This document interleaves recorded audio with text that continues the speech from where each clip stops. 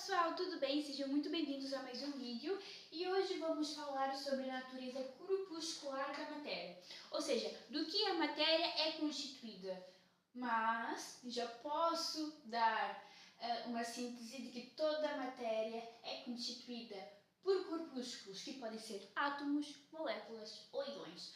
Portanto, vamos ver como que esses corpúsculos se comportam, como que a matéria é constituída, como que eles estão organizados de acordo com as transformações físicas e também a ação da temperatura, e vamos dar também definição a átomos, a moléculas e a íons. Então vamos lá, natureza corpuscular da matéria.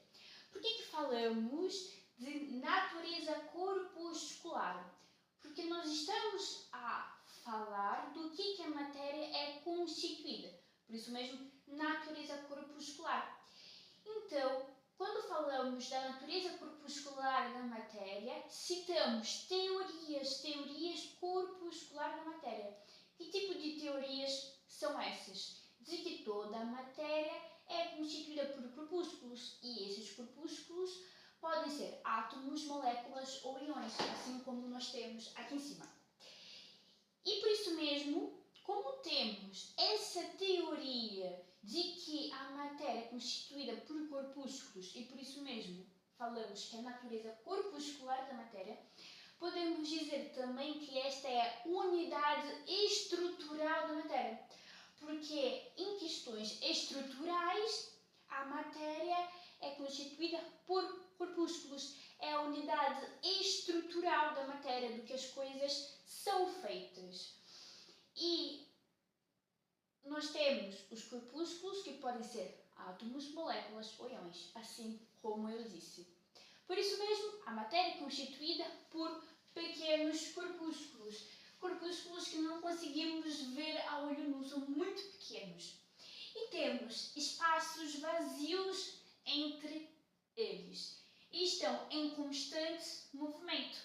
E quanto maior a temperatura, maior a agitação, maior o movimento que eles têm. Isso está estritamente ligado com os estados físicos da matéria. E aprendemos isso, que nós temos os três estados físicos: sólido, líquido e gasoso. E também vimos que uma das principais ações para que haja essa transformação de estado físico é a ação da temperatura. Por isso mesmo que eu disse que quanto maior a temperatura, maior a agitação. Porque quanto mais aumentamos a temperatura, acontece as mudanças de estado físico. Então, olha só, nós temos os sólidos, os líquidos e as substâncias no estado gasoso. Então, se percebermos, do sólido para o gasoso, a temperatura sempre aumenta, não é mesmo? E se a matéria é constituída por corpúsculos, significa que as substâncias no estado sólido, líquido ou gasoso são constituídas por corpúsculos que são a unidade estrutural da matéria, ok? Então, quanto maior a temperatura, isso faz com que seja propício às mudanças de estado físico. Quanto maior a temperatura, a substância do estado sólido vai passar para o estado líquido e do estado líquido vai passar para o estado gasoso. E por que tem essas mudanças de estado físico? Porque a matéria é constituída por corpúsculos e a temperatura ela atua diretamente no comportamento dos corpúsculos. Por isso mesmo que eu disse que quanto maior a temperatura, maior a agitação. E esses corpúsculos, eles são muito pequenos, têm espaços vazios entre eles e estão em constante movimento. Maior temperatura, maior agitação, por ação, como eu disse, da temperatura, e por isso mesmo temos as mudanças de estado físico. E se maior temperatura, maior agitação, e por isso mesmo temos as mudanças de estado físico, então significa que em cada estado físico da matéria, os corpúsculos vão se comportar de uma maneira diferente. Além disso, nós também vimos que os estados físicos da matéria também impactam na organização e que vamos definir algumas propriedades físicas da matéria, como por exemplo a densidade, é muito importante levar em conta o que? A temperatura e o volume. Também vimos isso. E vamos entender agora de maneira mais profunda o porquê. Então vamos lá. Uma matéria, um material, uma substância no estado sólido tem forma e volume constantes. O que isso significa? Que a sua forma e o seu volume é igual, é propriamente dele, é algo da sua própria característica. Por exemplo, se pegarmos vamos pegar, por exemplo, o gelo, que é a água no estado sólido, vamos ver que a forma é igual, a forma é do próprio gelo em si, e o volume também é igual, é do próprio gelo. A forma é constante, a forma e o volume é igual, porque está no estado sólido. Então, a forma e o volume é da própria substância em si, é igual, é constante. E por isso mesmo nós temos fortes ligações entre os corpúsculos, ok? Até porque eles estão em menor agitação, porque estão submetidos a uma menor temperatura. Automaticamente, eles têm menos espaços vazios entre eles, porque estamos a falar de menor temperatura. Então, eles têm pequena mobilidade, por isso mesmo está no estado sólido. E por conta de terem forte ligação e pequena mobilidade, que eles têm forma e volume constantes e têm uma grande organização. Os corpúsculos estão muito bem organizados, estão muito bem ligados um no ladinho do outro, estão bem organizados. E é por causa da ligação, da mobilidade e da organização que faz com que eles tenham forma e volume constantes. Por conta do gelo, por exemplo, dos corpúsculos do gelo estarem fortemente ligados, que eles têm pequena mobilidade. E por conta deles estarem fortemente ligados e terem pequena mobilidade, que eles vão ter grande organização. Isso vai fazer com que tenham uma forma e volume constante. Agora, vamos entender melhor essa questão da forma e do volume constante quando citarmos os líquidos. Por quê? Porque os líquidos têm uma forma variável e têm um volume constante.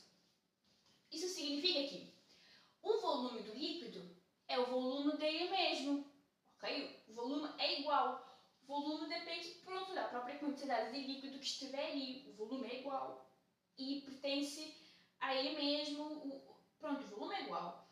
Mas a forma é variável. Por que a forma é variável? Um exemplo, posso falar do próprio exemplo da água. A água no estado líquido e a sua forma varia do recipiente em que está contida. Por exemplo, se colocarmos num copo de água simples, normal, e colocarmos numa jarra toda modelada, vamos ver que a forma do líquido vai ser variável, porque depende de onde ele vai estar contido, mas o volume vai ser constante. A sua quantia vai ser sempre igual. Só vai mudar, claro, se adicionarmos mais água, menos água. Mas a água que está ali, contida naquele recipiente, é sempre igual. Por isso mesmo, o volume é constante, mas a forma varia de onde está. O que é diferente do sólido, porque ele tem uma forma dele mesmo, uma forma igual, e o volume também é igual. Por que aqui temos a palavra intermédio? Porque a ligação, a força da ligação, a mobilidade e a organização é intermédio entre o sólido, entre os gases. Portanto, podemos falar que ele tem uma ligação nem tão forte, nem tão fraca, tem uma mobilidade ali intermédia e também não é nem tão desorganizado ou muito organizado como os sólidos. Por isso mesmo que eu coloquei aqui intermédio, porque a sua ligação e a sua mobilidade não é nem tão forte, nem tão grande que nem nos sólidos, mas também não é tão desorganizada, tão fraca e baixa como nos gases. Já os gases têm uma forma e têm um volume variável. Por quê? Porque a forma dele também varia, porque é um gás, realmente é um gás. E por conta de ser um gás, ele nunca tem uma forma igual, não é mesmo?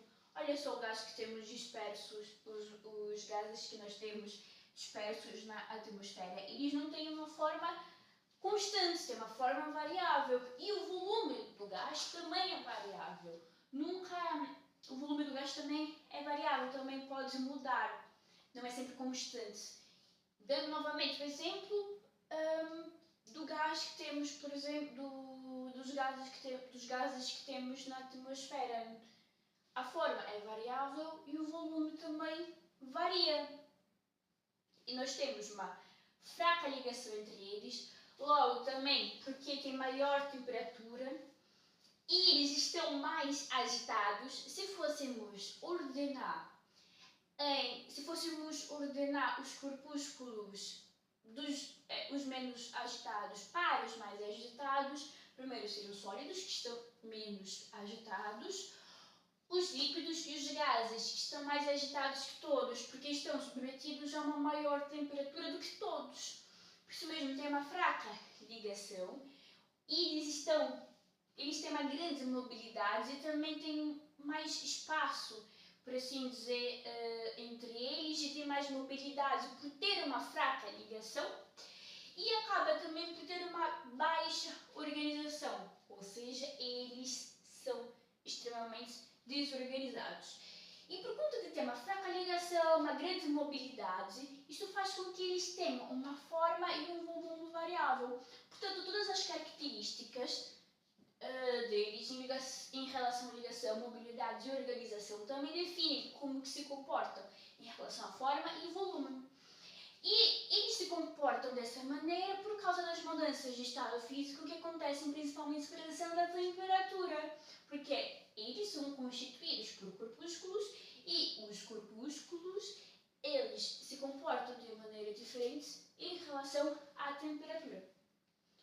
Mas, fazendo um resumo, a matéria é constituída por pequenos corpúsculos com espaços vazios entre eles que estão sempre constantes em movimento e maior a temperatura, maior a agitação. Isso está totalmente correlacionado com os estados físicos da matéria. Ok? Porque temos os estados físicos pela maneira de como os corpúsculos se comportam. E uma melhor maneira de explicar o porquê que os gases têm forma e volume variável é porque por conta deles terem uma fraca ligação e uma grande mobilidade que faz com que varie tanto em forma como em volume. Como assim? Olha só, se enchermos uma seringa com ar e enchermos uma seringa com ar e tamparmos a seringa com o dedo e colocarmos o êmbolo cada vez mais para dentro da seringa, vamos ver que o ar que está lá dentro vai se comprimir. O volume que o ar ocupava antes de colocarmos o êmbolo para dentro é muito maior do que quando nós colocamos o ar que estava dentro da seringa, quando o êmbolo não estava tanto para dentro, era maior do que o volume de quando nós apertamos o êmbolo. Quando apertamos o êmbolo e colocamos o êmbolo mais para dentro da seringa, o volume do gás que estava lá dentro diminuiu. Portanto, e a forma também variou, tanto a forma quanto o volume. Porquê? Porque por conta dos gases terem fraca ligação, eles acabam por ter uma grande mobilidade. E por isso eles não têm uma forma fixa e rígida de organização. As partículas podem mover-se livremente e por isso mesmo o espaço entre os corpúsculos pode aumentar ou diminuir facilmente por causa dessa fraca ligação. E por isso mesmo o espaço pode aumentar ou diminuir facilmente. E, novamente, dando o exemplo da seringa. Quando enchemos a seringa de ar e colocamos o dedo para dentro, quando colocamos o dedo para tampar a seringa e enchemos a seringa de ar, podemos ver que o volume do gás contido dentro da seringa é maior do que quando vamos colocando o êmbolo para dentro, ainda com o dedo a tampar a seringa. E mudou tanto a forma quanto o volume, porque o espaço entre eles pode aumentar ou diminuir facilmente, as partículas movem-se livremente, não têm uma estrutura tão rígida por causa da fraca ligação, da grande mobilidade e da baixa organização. Então, matéria pode ser constituída ou por átomos, ou por moléculas, ou por íons, ok? E aqui eu dei o exemplo do Cl, que vocês podem ver que está escrito Cl. O que é Cl? Isto aqui é o elemento químico cloro, ok? Ou seja, os corpúsculos podem ser constituídos por... os corpúsculos podem ser... não são constituídos. Os corpúsculos podem ser átomos, moléculas ou íons. E esses corpúsculos são certos tipos de elementos químicos. Aqui, o elemento químico que estamos a representar é o Cl, que é o cloro. Estamos a representar o cloro como átomo, como molécula e como íon. Mas o cloro é o elemento químico. E nós temos a tabela periódica. E a tabela periódica descreve todos os elementos químicos que atualmente nós conhecemos. Então podemos dizer que a matéria é constituída por pequenos corpúsculos. Esses pequenos corpúsculos são elementos químicos e esses elementos químicos, eles meio que se ligam um ao outro, é como se fossem blocos de construção de toda a matéria. E por isso mesmo, eles se ligam, formam matéria e por isso mesmo nós temos as substâncias e a matéria que conhecemos hoje. Portanto, a matéria é constituída por corpúsculos, que podem ser átomos, moléculas ou íons. Eles são um elemento químico. Esses elementos químicos estão representados na tabela periódica. A tabela periódica também dá muitas outras informações sobre o elemento químico, como o seu número atômico, e dessa maneira conseguimos ver quantos números de prótons que tem, e etc.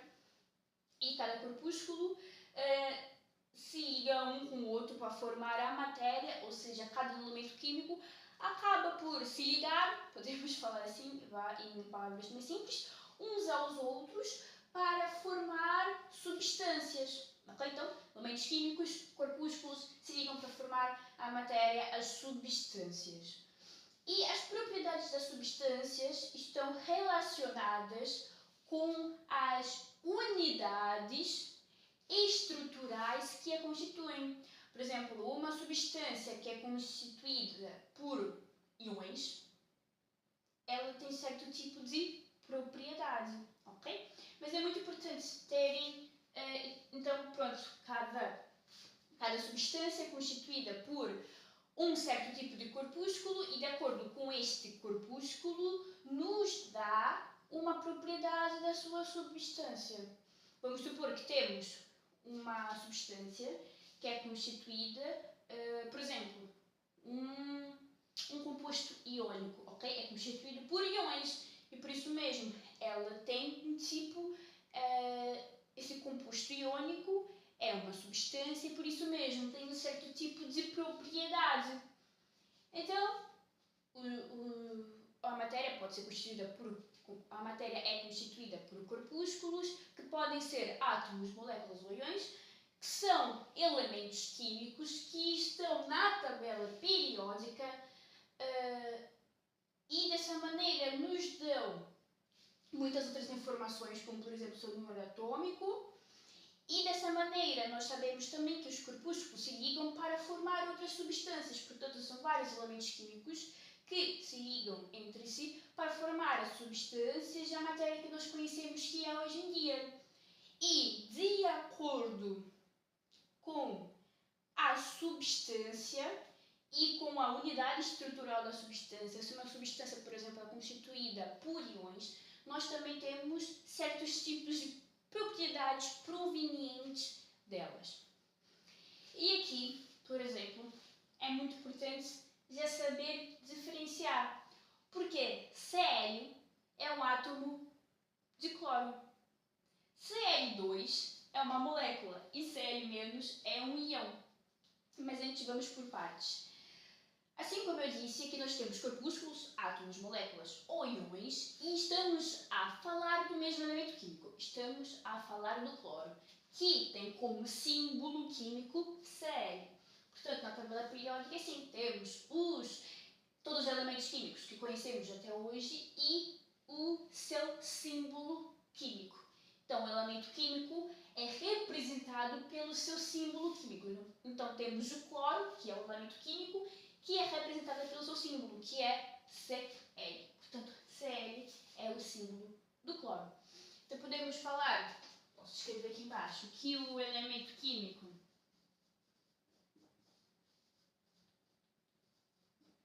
é o cloro e o símbolo químico é Cl. Portanto, estamos a falar do elemento químico e do símbolo químico. Agora, os corpúsculos podem variar, como eu disse, em átomos, moléculas ou íons. Então podem existir, por exemplo, íons do mesmo elemento químico. Podemos também falar de moléculas do mesmo elemento químico, mas também podemos representar átomos do mesmo elemento químico. Entretanto, vamos falar disso depois, da maneira mais correta da nomenclatura, porque geralmente quando falamos que a matéria é constituída por átomos, estamos, por exemplo, a falar dos gases nobres, raros ou inertes, que não se liga a nenhum, que não se liga a mais nenhum outro tipo de corpúsculo, é só ele e ele mesmo, porque ele é estável, e toda vez que fazemos uma ligação química é para estabilizar, mas estou a citar isso principalmente para entender como que nós falamos, como que nós interpretamos uma nomenclatura, ok? Temos o elemento químico, cloro, muito importante ter isto em mente, que pode ser um átomo, uma molécula ou um íon, mas, e o símbolo químico é Cl. Mas, toda vez que nós temos apenas o símbolo químico do elemento, estamos a falar apenas do átomo do elemento, ok? Estamos apenas a falar do átomo do elemento. Ou seja, quando falamos Cl, apenas Cl, estamos a falar que temos um átomo de cloro, já que cloro é o elemento químico e o símbolo químico é Cl, ou seja, nomenclatura, como que representamos o elemento químico é Cl. Uma coisa muito interessante é que quando nós temos um elemento químico cujo símbolo químico tem duas letras, a segunda é sempre escrita, é sempre uma letra minúscula. A primeira letra é sempre maiúscula, mas a segunda é sempre minúscula. Portanto, se escrevemos apenas Cl, ou seja, só escrever apenas o símbolo químico do elemento, nós estamos a falar que temos um átomo daquele elemento. Agora, se temos o símbolo químico do elemento e o número depois, estamos a falar de moléculas. Por que estamos a falar de moléculas? Porque moléculas é a ligação de átomos entre si. Portanto, estamos a falar de uma molécula, Cl, com dois átomos ligados entre si. Por que estamos a falar de uma molécula necessariamente? Porque uma molécula é a ligação de vários átomos. E aqui nós estamos falando que temos dois átomos ligados entre si. Porque temos o número aqui embaixo, 2. Se temos dois átomos ligados entre si, podemos falar que é uma molécula. Porque a molécula é a ligação de vários átomos. Agora, se fosse 2Cl, significa que estamos a falar de dois átomos. Por que dois átomos? Porque nós não temos átomos ligados entre si. É apenas um Cl, apenas um átomo de cloro e outro átomo de cloro. São dois átomos de cloro. Aqui nós já podemos falar que é uma molécula. Por quê? Porque temos dois átomos ligados entre si. Agora, por exemplo, 2Cl2 significa que temos duas moléculas de cloro, mas temos duas moléculas e cada molécula é composta por dois átomos de cloro. Portanto, temos essa diferença. Quando escrevemos apenas o símbolo químico do elemento químico, significa que estamos a representar apenas o átomo do elemento. Ok? Isso é muito importante. Se escrevemos apenas Cl, que é o símbolo químico, e o símbolo químico representa o elemento químico, estamos a citar apenas o átomo do elemento químico. Agora, quando temos, por exemplo, Cl2, estamos a falar que temos uma molécula, porque temos dois átomos de cloro ligados entre si. É diferente de 2Cl. 2Cl é dois átomos de cloro separados. Não é nenhuma molécula porque não tem nenhum átomo ligado entre si. Portanto, tem essa diferença. E nós também temos, por exemplo, Cl-. O que significa Cl-? Cl- é um íon. Mas um íon, ele pode ser um átomo ou um grupo de átomos com carga. Ok? Por isso mesmo nós falamos que é um íon. Esse íon pode ser, pronto, cátion ou ânion. Vamos ver melhor isso. Mas Cl- ou qualquer outro. Estamos a dar o exemplo do elemento químico Cl. Mas, por exemplo, poderíamos estar a falar do oxigênio. Ok? Poderíamos estar a falar de qualquer outro elemento químico. Poderíamos estar a trabalhar com qualquer outro símbolo químico. Isto aqui é o símbolo químico do átomo em si. Ok? Muito importante não confundir. Isso aqui é o símbolo químico. Agora, isto aqui não. Isto não é símbolo químico. 2Cl2 não é símbolo químico. 2Cl também não é símbolo químico. Cl2 também não é símbolo químico. O único símbolo químico que representa aqui o cloro é Cl. E mais nada. Ok? E mais nada.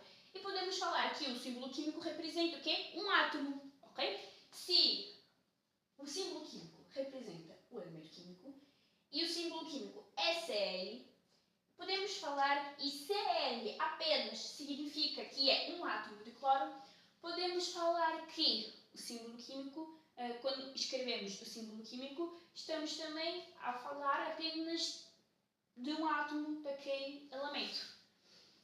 E isto também, é um dos motivos que a tabela periódica tem escrito apenas o símbolo químico. Se formos pela lógica, na tabela periódica está escrito apenas o símbolo químico e dá informação apenas do átomo, do elemento químico.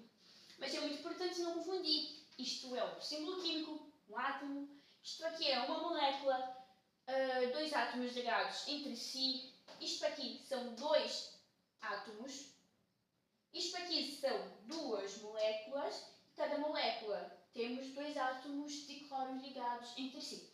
Agora, Cl-, aqui nós temos, no caso, um íon. E podemos falar que é um átomo com carga. Mas um íon pode ser tanto um átomo com carga quanto um grupo de átomos também com carga. Significa que pode ser carga positiva ou carga negativa. E tudo isto, quando falamos de moléculas, quando falamos de íons, acontece principalmente isto. As moléculas, pronto, é um conjunto de átomos ligados. E os átomos se ligam através de ligações químicas. E as ligações químicas são feitas para atingir estabilidade. A mesma coisa que os íons. Os íons viram íons para que ocorra ligações iônicas, para dessa maneira eles se estabilizarem.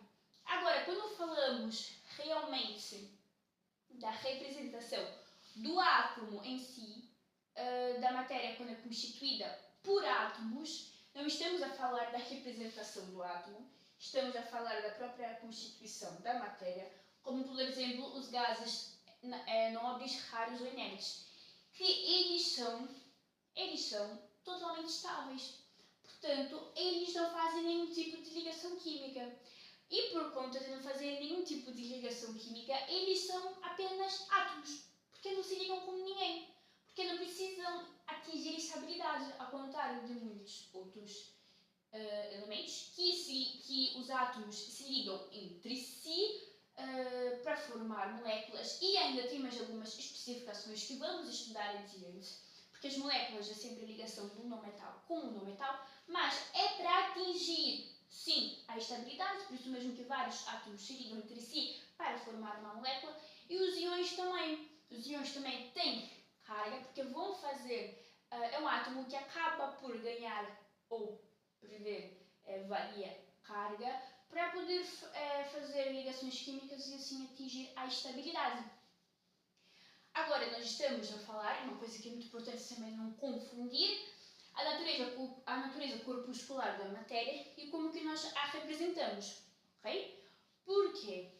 Porque quando falamos da matéria que existe somente em si, os átomos, podemos, por exemplo, falar das substâncias covalentes, que são estruturas gigantes de átomos de carbono, mas também podemos falar dos átomos, dos gases nobres, raros ou inertes, ok? Mas também quando vamos representar um átomo daquele elemento químico, nós escrevemos apenas o seu símbolo, ok? Cl. E porquê que isto é importante saber? Porque aquilo que eu disse na tabela periódica também, nós temos as informações somente do átomo, por isso mesmo que está escrito somente o símbolo químico, porque estamos a falar das informações apenas do átomo, daquele elemento químico, dele em si. Portanto, nós temos as diferentes maneiras de representar os elementos químicos, mas de acordo com a natureza corpuscular da matéria e de acordo com as regras, de acordo com as suas propriedades de cada elemento químico, eles podem se organizar nesses três grupos, em um desses três. Vamos começar falando dos átomos, mas vamos ter uma visão geral, por assim dizer, por enquanto. Depois vamos nos aprofundar melhor sobre a constituição dos átomos, ok? Inclusive vamos fazer a distribuição dos níveis de energia de acordo com as regras. Depois, de acordo com a constituição dos átomos também, que sabemos localizar os elementos químicos na tabela periódica, também temos os isótopos, temos ainda muita coisa para falar sobre os átomos. Mas isto é mais uma vista geral. Portanto, os átomos têm podemos dividir em duas partes. Podemos falar que o átomo tem o núcleo e temos a nuvem eletrónica. Eu vou representar os átomos aqui de uma maneira, mas já para dizer que esta maneira é usada para representar os átomos de uma maneira mais simplificada para entender melhor. Entretanto, hoje em dia não é esse tipo de modelo atômico que usamos, porque hoje em dia o modelo atômico que nós nos baseamos é o modelo da nuvem eletrônica, ok? Mas, geralmente, para representarmos melhor um átomo e entender a sua constituição, nós representamos de outra forma. Então, vou fazer aqui um desenho sobre mais ou menos como que é a constituição do átomo. Então, o átomo nós temos um núcleo, ok? E o núcleo, ele tem duas partículas, que são os prótons e os nêutrons. Nós temos um núcleo, e o núcleo é constituído por duas partículas, os prótons e os nêutrons. Os prótons têm carga positiva e os nêutrons têm carga nula, ok? Portanto, nós podemos falar que a carga do núcleo é sempre positiva. Porquê? Porque nós temos o núcleo que é constituído por prótons que têm carga positiva e os nêutrons que têm carga nula. Se o núcleo é constituído por prótons e nêutrons e o único que tem carga ali são os prótons e tem carga positiva, podemos falar que o núcleo só tem carga positiva, ok? Se nós só temos prótons e nêutrons têm carga nula, prótons têm carga positiva, Portanto, o núcleo só tem carga positiva. E o núcleo é constituído por protões, carga mais 1, e neutrões, que é carga 0, carga nula.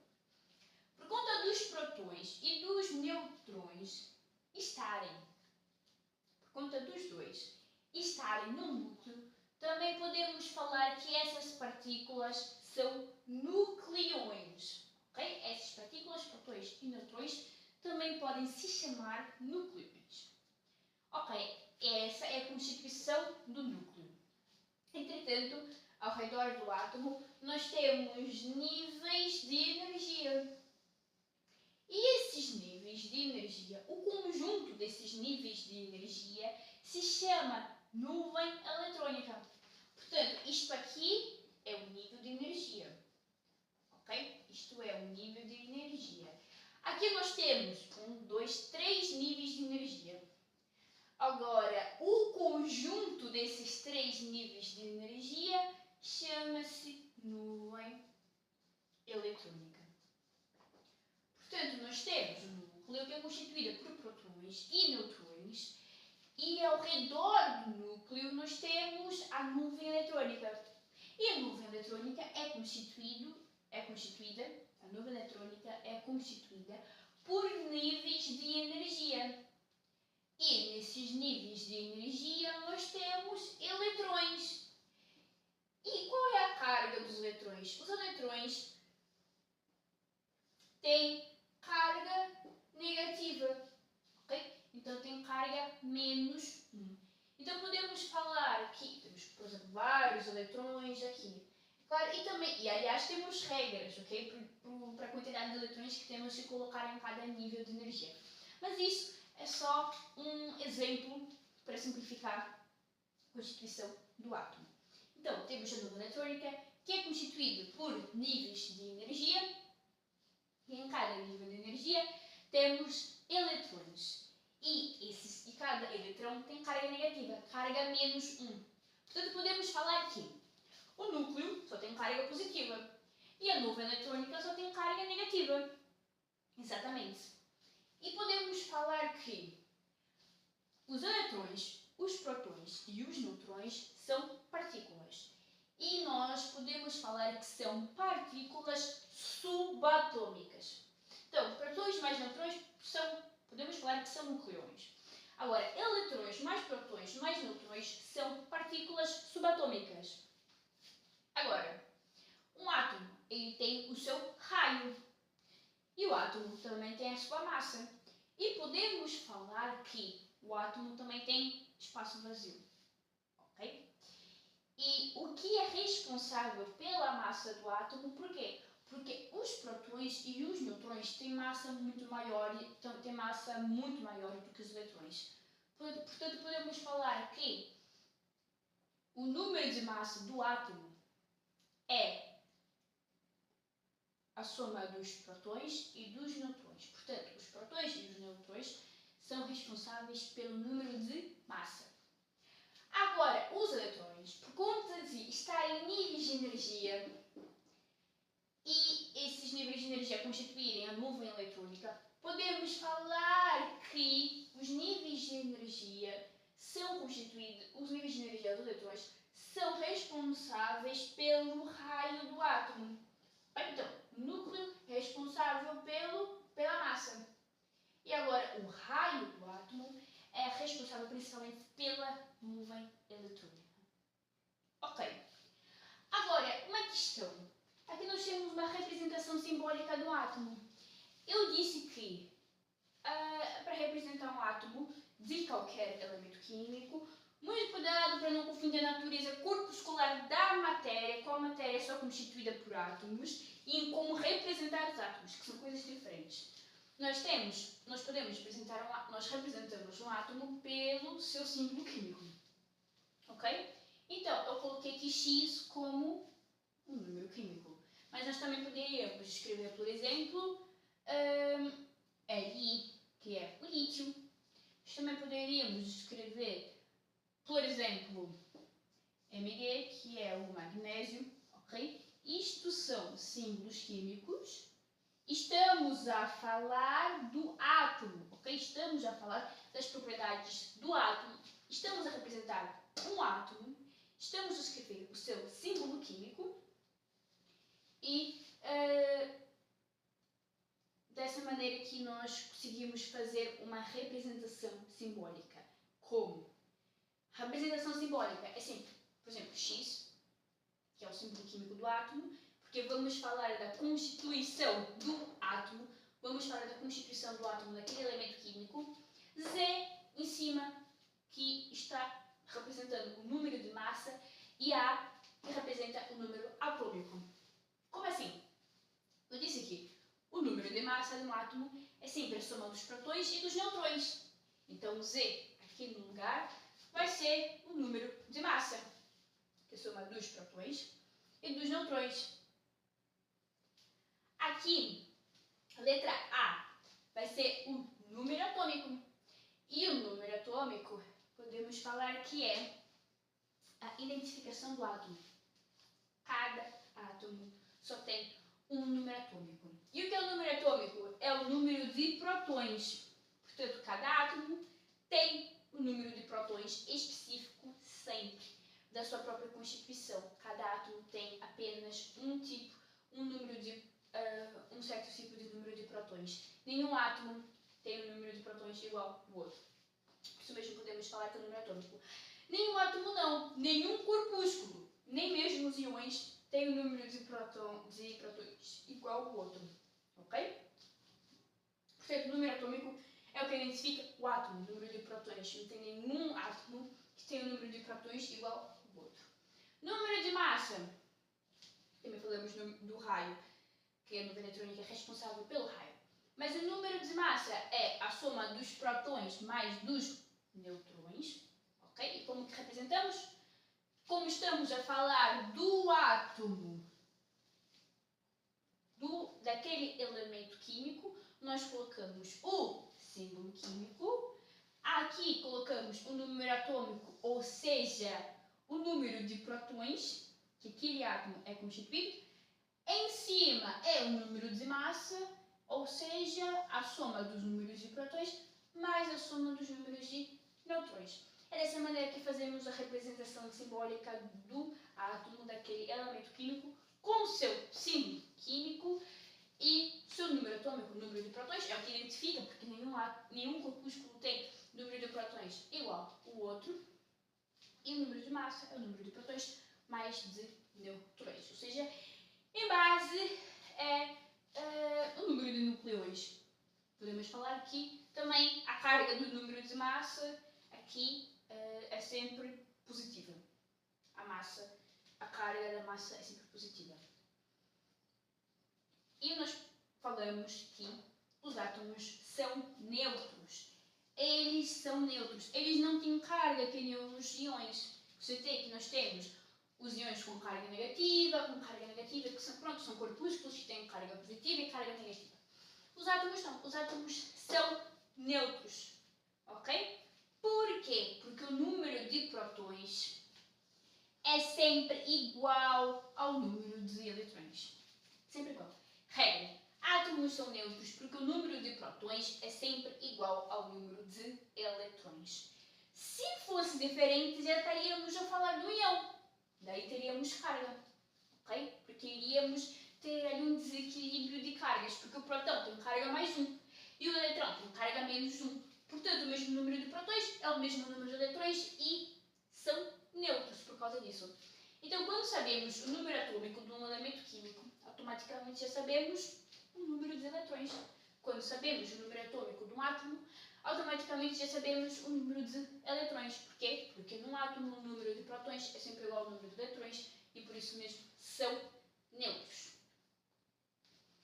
Então, no núcleo, a mesma quantia de prótons que tem é a mesma quantia de eletrões que tem na nuvem eletrônica, porque cada um tem carga mais 1 e outro tem carga menos 1.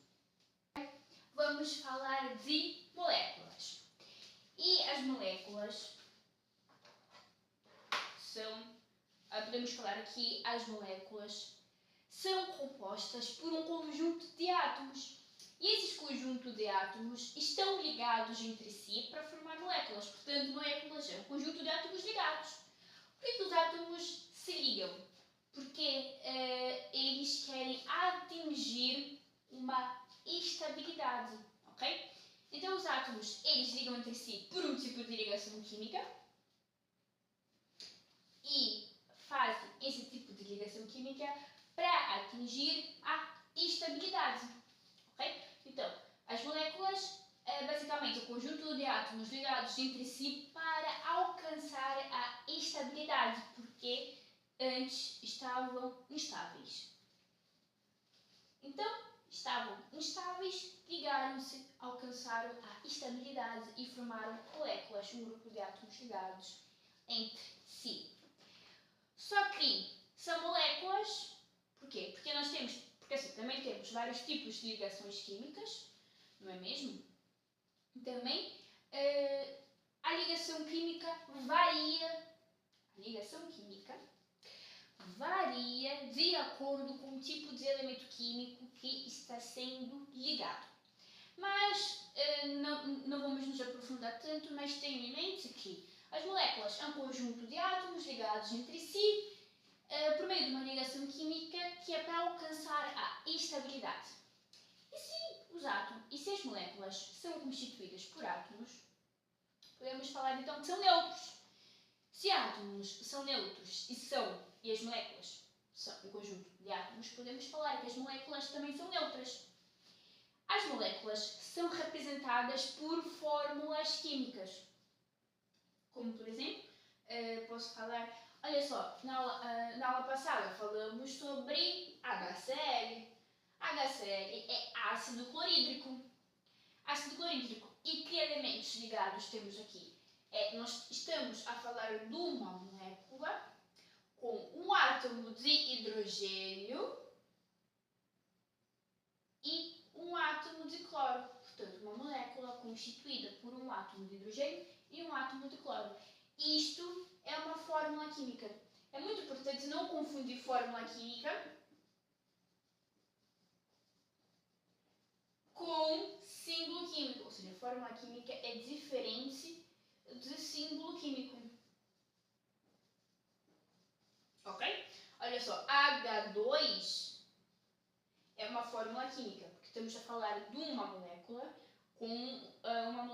com dois átomos de hidrogênio ligados entre si.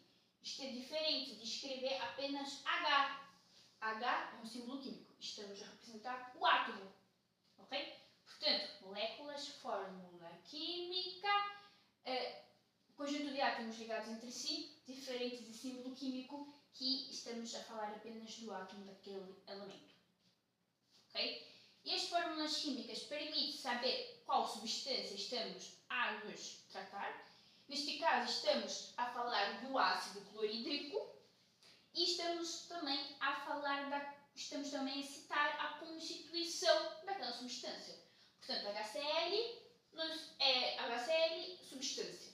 Ácido clorídrico é composta por quê? Cloro e hidrogênio. Outros exemplos também. Posso falar, por exemplo, do amoníaco, que é NH3. Qual é o nome dessa substância? Essa substância tem o nome amoníaco. É uma substância. Qual é o nome da substância? Amoníaco. É representada por uma fórmula química. Sabemos que é amoníaco porque a fórmula é NH3.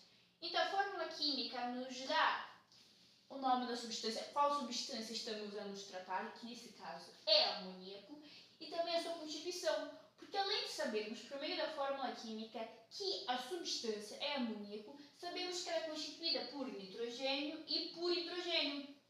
Portanto, a fórmula química dá a substância que estamos a tratar e também a constituição do que é composta.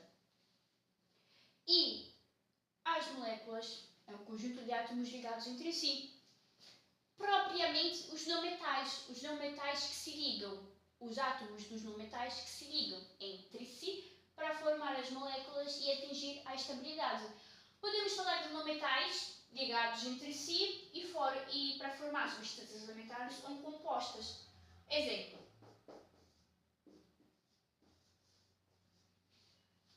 nós temos H2. Quando falamos H2, significa que é uma molécula com dois átomos de hidrogênio ligados entre si. Então, temos uma molécula.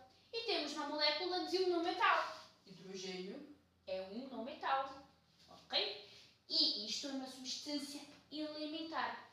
Mas, ao mesmo tempo, as moléculas, o tipo de átomo que vão ligar entre si para formar as moléculas, além de serem não metais, dos átomos serem não metais e, se for do mesmo elemento químico, formar substâncias elementais, os átomos também, além de serem não metais, também podem ser de substâncias diferentes, como, por exemplo, o dióxido de carbono, que forma uma substância composta. Aqui nós temos o carbono, que é um não metal, e temos o oxigênio, que é um não metal. Portanto, moléculas é um conjunto de átomos ligados entre si e são não metais.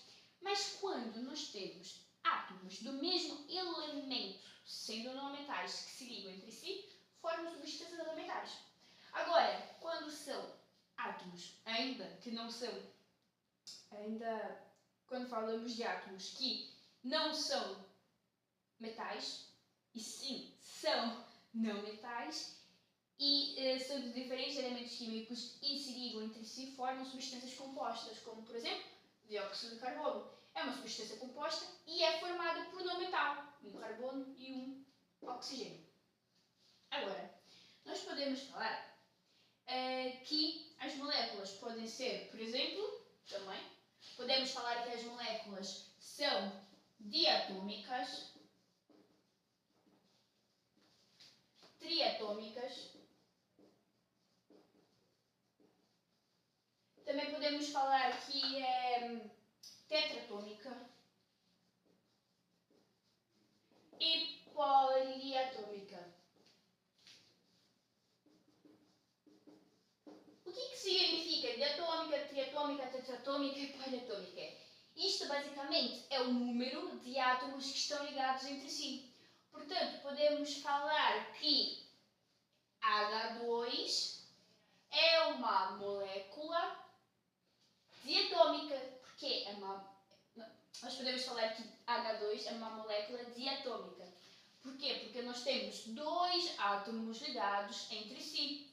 Podemos falar então que o dióxido de carbono é uma molécula triatômica, porque temos três átomos ligados entre si.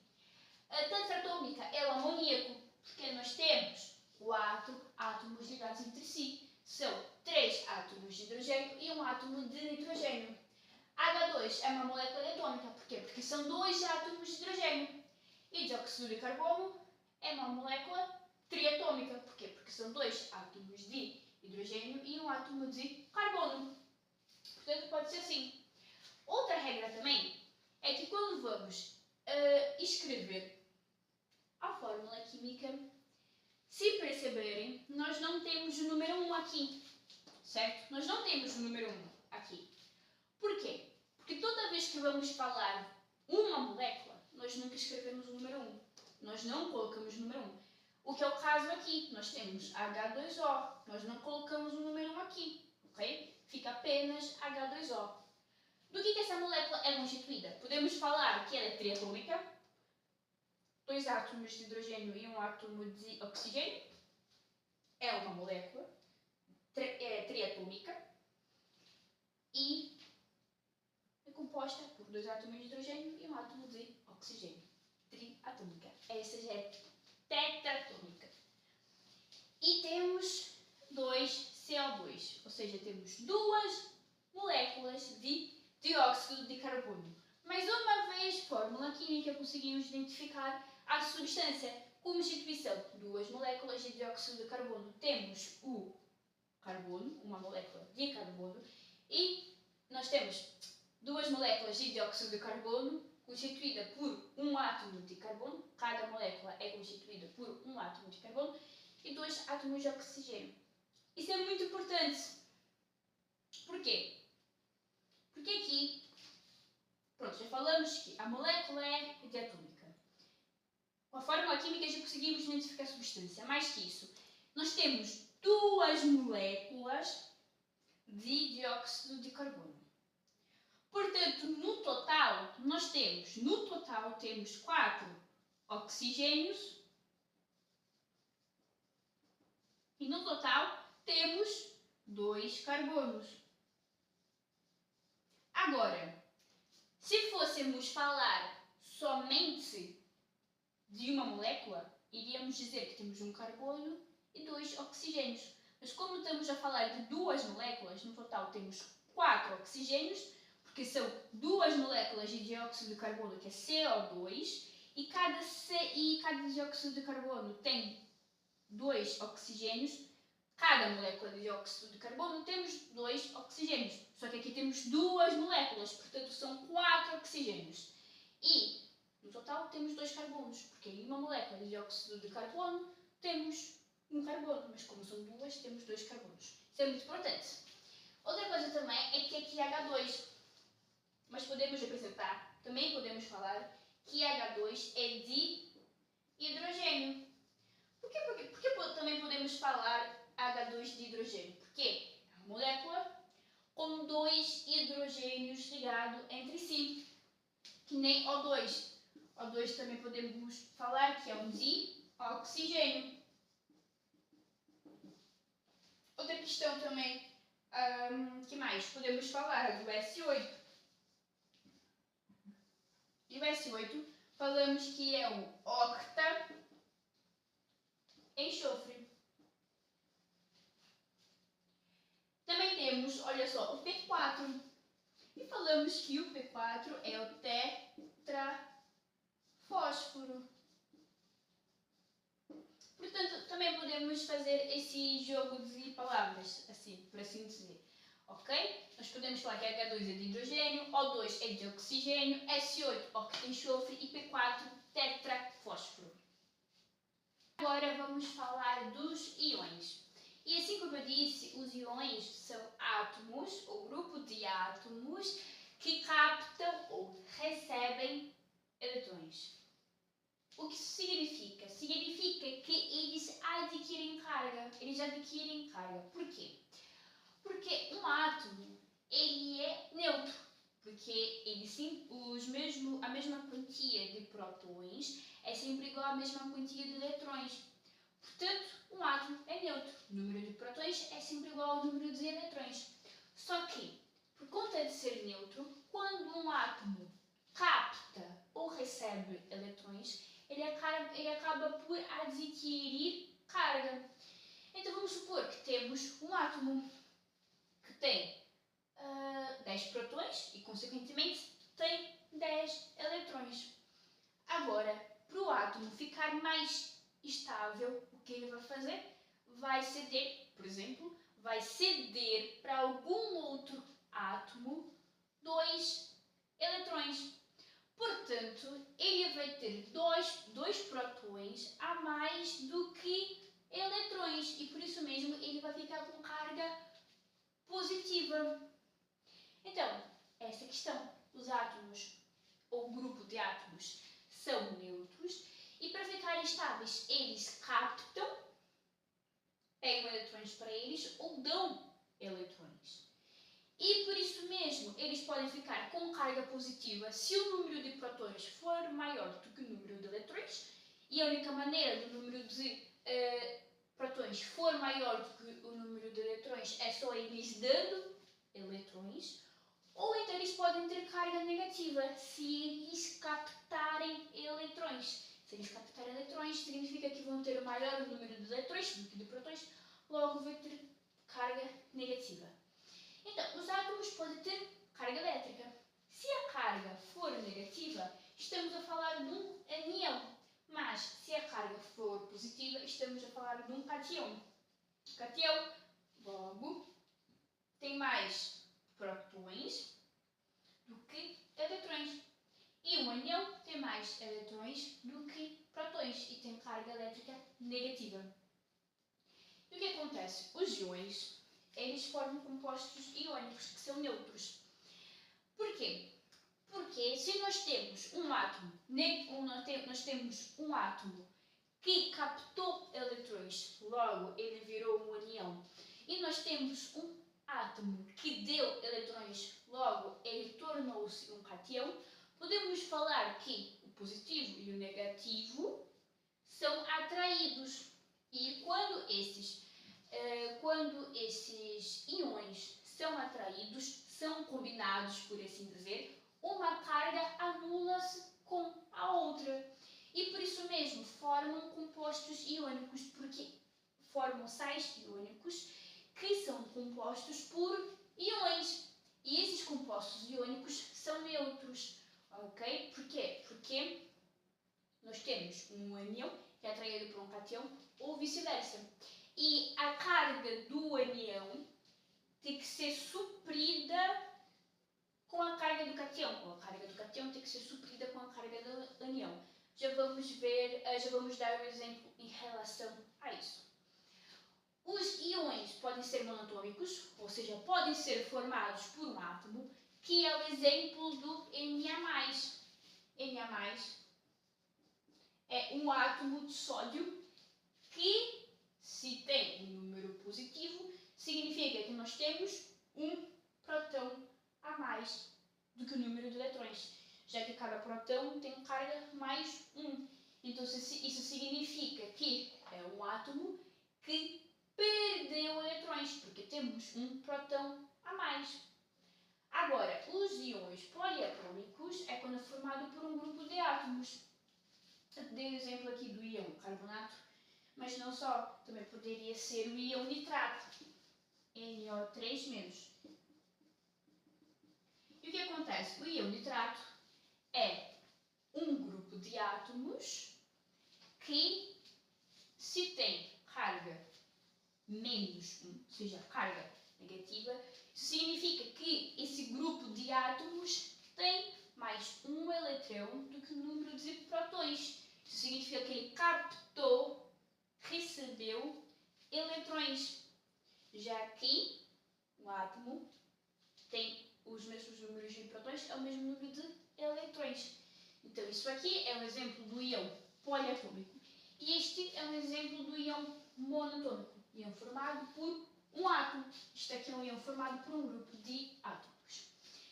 E nós temos uma tabela de íons, que temos todos os íons que conhecemos até hoje. E além disso, cada íon tem o seu nome. Por isso que eu coloquei aqui nitrato, porque o nome deste íon é íon nitrato. O nome deste íon é íon sódio.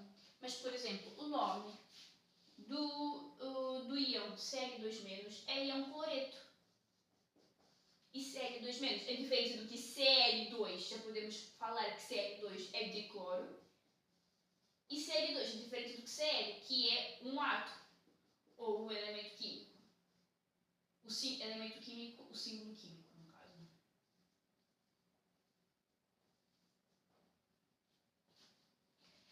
Portanto, nós temos íons monatômicos, poliatômicos e cada íon tem o seu nome. Agora, os íons, como eu disse, formam compostos iônicos neutros. Por quê? Olha só, nós já conseguimos fazer aqui dar um exemplo. Por que tem que ser neutro? Por que eles têm que ser neutros? Porque positivo ou negativo se atrai, mas a mesma carga negativa, a mesma quantia de carga negativa tem que ser suprida pela mesma quantia de carga positiva. Olha só, nós temos o íon nitrato, que é NO3-. E ele pode, olha só, fazer uma ligação com Na+. E os dois se atraem. E uma carga supre a outra. Por quê? Porque nós temos uma carga negativa. Logo, ele precisa de uma carga positiva. E o sódio tem uma carga positiva. Logo, ele precisa de uma carga negativa. Então, os dois são neutros e uma carga supre a outra.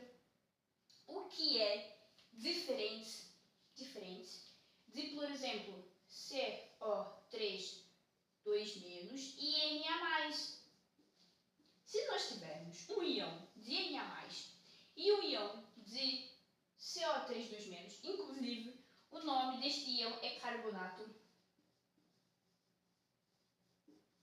se nós tivermos um íon sódio e um íon carbonato, eles vão se atrair? Vão, mas não vai ser um composto iônico, porque eles não são neutros, porque a carga do sódio, porque a carga do carbonato não vai ser totalmente neutralizada com apenas um íon sódio.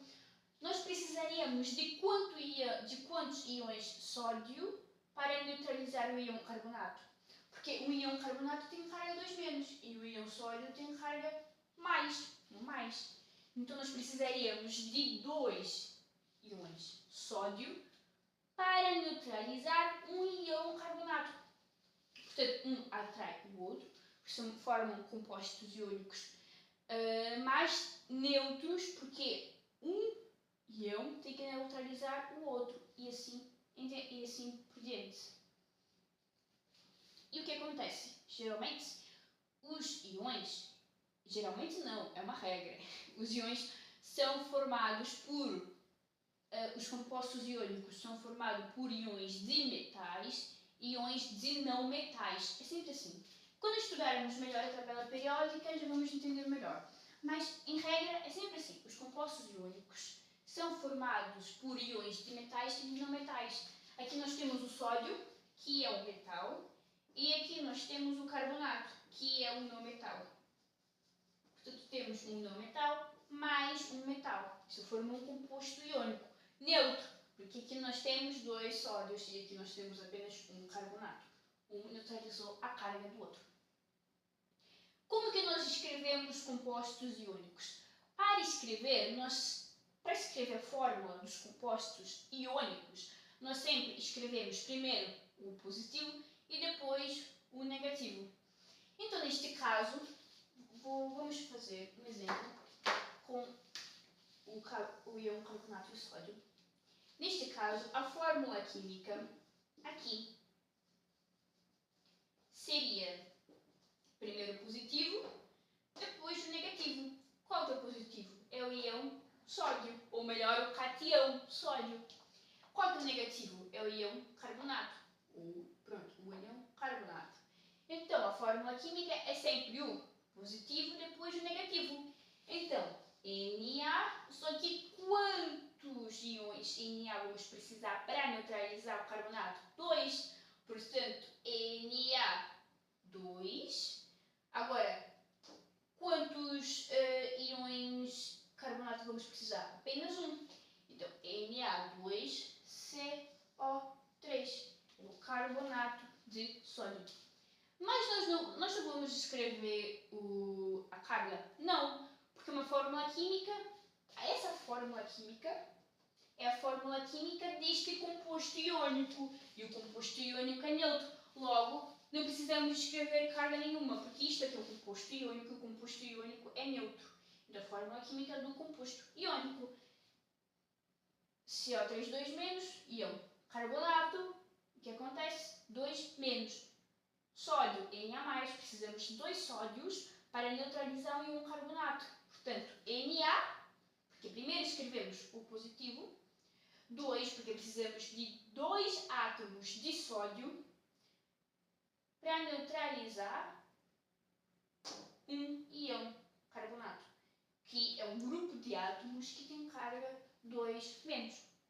Então, a fórmula química é Na2CO3. Como que se lê? Para ler fórmula química com compostos iônicos, nós sempre lemos primeiro o íon negativo e depois o íon positivo. Então, para ler a fórmula química de compostos iônicos, nós falamos primeiro o íon negativo e depois o íon positivo. Agora, para fazer a fórmula química, é primeiro o positivo e depois o negativo. Então, se para ler os compostos iônicos é primeiro o negativo, depois o positivo, qual é o íon negativo aqui? É o carbonato. Portanto, nós temos carbonato de sódio. Simples assim. Lemos primeiro o negativo, depois o positivo. Mas para a fórmula química é primeiro o positivo, depois o negativo. E então, nós podemos falar que para representar um átomo, nós precisamos colocar o seu símbolo atômico. Nós precisamos colocar o seu símbolo atômico não, precisamos colocar o símbolo químico do átomo ou do grupo dos átomos com o expoente da carga que adquiriu. E foi isto que nós fizemos. Nós temos o símbolo químico do sódio e o sódio, para estabilizar, tira um eletrão, ou seja, ele oferece um eletrão. E se ele tem menos um eletrão, significa que ele tem mais um próton. Por isso mesmo fica Na+. É o símbolo químico do átomo com o expoente da carga que adquiriu. O oxigênio, para ficar estável, captou 2 oxigênios. E o íon oxigênio captou 2 oxigênios, não. O íon oxigênio, para ficar negativo, captou 2 eletrões. Portanto, ele vai ter 2 eletrões a mais do que o número de prótons. Então, a carga vai ser O2-. E o nome desse íon é íon óxido. Então, nós temos o símbolo químico e a carga que adquiriu, 2-. Também já podemos fazer um composto iônico aqui. Nós podemos fazer primeiro o positivo, depois o negativo. Portanto, podemos fazer Na, só que nós temos Na+, e O2-. Precisamos de quantos íons? Sódio, com carga 1, mais 1, para neutralizar o íon oxigênio com carga 2-. Precisamos de 2 íons sódio. Portanto, Na2O. Por quê? Oxigênio, carga 2-, e o íon sódio tem carga mais. Portanto, precisamos de 2 íons sódio para um íon oxigênio, que é representado pelo símbolo químico e com expoente a carga que adquiriu. Se escreve, a fórmula química se escreve primeiro com o íon positivo, depois o íon negativo. Como que se lê? Primeiro o íon negativo, depois o íon positivo. Portanto, fica óxido de sódio. Porque o nome do íon que perdeu, o nome do íon oxigênio que captou 2 eletrões se chama óxido. Por isso mesmo, fica óxido de sódio. Da mesma maneira que aqui fica nitrato de sódio. Porque qual é o nome do íon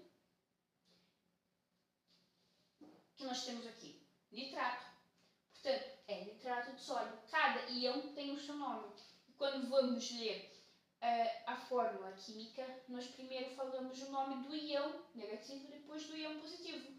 Qual é o nome do íon qual é o nome do íon O2-? É íon óxido. Portanto, óxido de sódio. E o nome do íon sódio é sódio mesmo. Então, aqui nós temos o símbolo químico e o expoente da carga que adquiriu. Aqui nós temos o grupo de átomos com o expoente da carga que adquiriu. Grupo de átomos CO3. Esse é o grupo de átomos. CO3 é o grupo de átomos. Expoente a carga que adquiriu, 2-. Grupo de átomos, ou seja, foi 3 átomos de oxigênio e 1 átomo de carbono, que adquiriu carga 2-. Então, pessoal, este foi o vídeo que nós falamos sobre a natureza corpuscular da matéria, que podem ser átomos, moléculas ou íons. Vimos como que os corpúsculos se organizam com base dos estados físicos da matéria, da transformação física da matéria, também com a ação da temperatura. Depois também vimos a constituição do átomo e as suas principais características, as moléculas, como que se escrevem fórmulas químicas e também falamos sobre íons, como que se escrevem as fórmulas químicas, como que nós montamos compostos iônicos neutros, também sobre a sua constituição, o nome dos átomos com carga negativa, que é ânion, positivo, que é cátion, e também muito importante, não confundir as nomenclaturas, ok? O que é a fórmula química, o que é íon, o que é molécula e o que é átomo. Foi este o vídeo e também depois vamos nos aprofundar melhor em cada assunto. Depois vamos nos aprofundar melhor sobre o que são átomos, como que as regras para que haja uma ligação ali entre as moléculas, entre os íons e pronto, vice-versa. Muito obrigada e até o próximo.